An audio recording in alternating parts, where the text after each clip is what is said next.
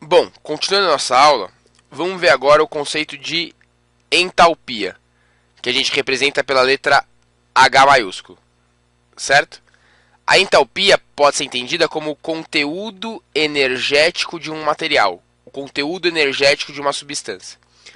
Por exemplo, se eu quisesse saber qual que é a entalpia desse conjunto de giz, a entalpia do giz seria o conteúdo energético associado a esse giz. O conteúdo energético associado às ligações químicas que constituem esse material.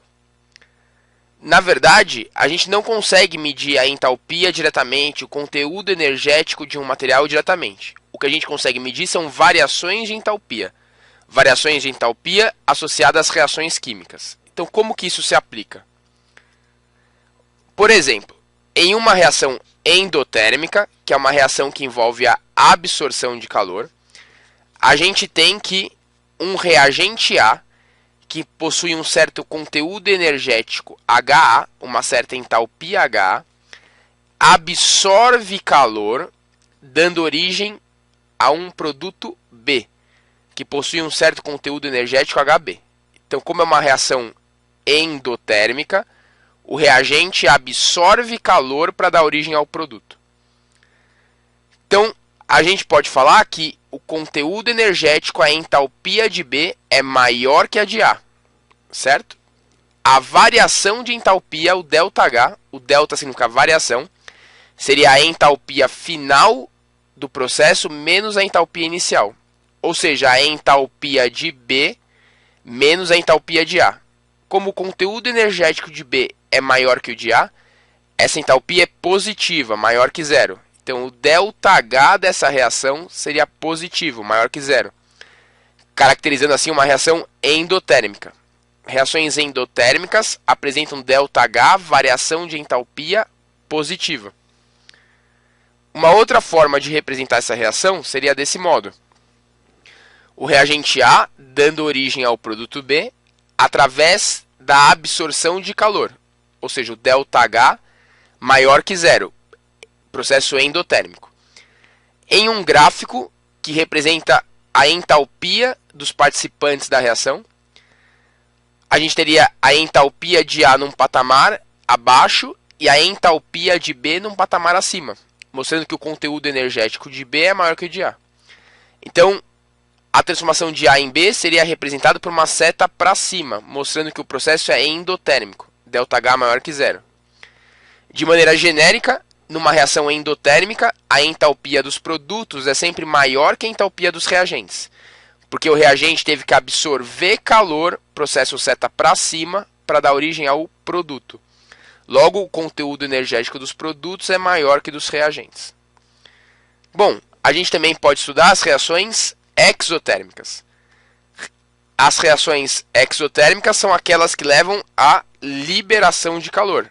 Então, exotérmico, liberação de energia térmica. Então, um certo reagente C com conteúdo energético HC, uma entalpia representada por HC, dá origem a um produto D, liberando calor. Assim, o conteúdo energético de C é maior que o de D, porque para dar origem a D foi liberado energia.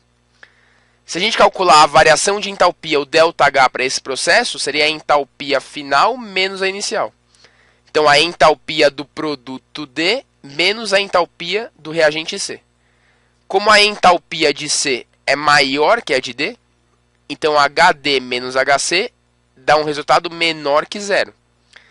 Então, as reações exotérmicas são aquelas representadas por uma variação de entalpia negativa, processos exo, ΔH menor que zero. Uma outra maneira de representar essa reação seria através desse modelo. O reagente C dá origem a um produto D e o ΔH associado é menor que zero, exotérmico. Num gráfico, o conteúdo energético de C estaria acima do que o de D, porque para o reagente C dar origem ao produto D, o processo envolve uma seta para baixo, liberação de calor. envolvendo ΔH negativo?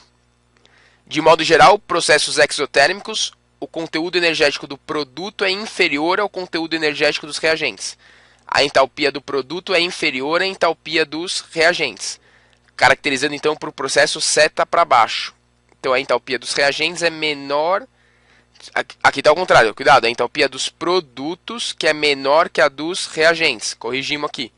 ΔH menor que zero. Vamos ver alguns exemplos. Olha lá. Água líquida sendo formada a partir da reação entre gás hidrogênio e gás oxigênio. ΔH menos 70 kJ, processo exotérmico, ΔH negativo. Na sequência, hidrogênio gasoso mais oxigênio gasoso dá origem a vapor de água. Processo exotérmico, ΔH menos 50 kJ. Hidrogênio gasoso reagindo com oxigênio gasoso, produzindo água sólida. ΔH menos 100 kJ. Então, os três processos são exotérmicos. A gente pode representar esses processos num gráfico? Pode. Dá uma olhada aqui. H2 gasoso e meio de O2 gasoso, eles têm entalpia igual a zero. Substâncias simples no estado padrão, entalpia igual a zero. A gente vai detalhar isso aqui mais para frente. Para formar água a vapor, são liberados 50 kJ. Para formar água líquida, são liberados 70 kJ. E para formar água sólida, são liberadas 100 kJ. Então, são todos processos exotérmicos, seta para baixo. Ah, professor, você pode me mostrar um processo endotérmico aí? Claro. Se a gente fosse pegar água líquida e aquecer para virar água no estado do vapor. Então, seria um processo seta para cima, endotérmico, no qual a gente iria de menos 70 para menos 50. Então, a água líquida virando água vapor, para isso ocorrer, a partir do nosso gráfico, teria que ter uma absorção de 20 kJ. Certo? Então, eu espero que você tenha entendido. A gente já volta para detalhar mais esses conceitos.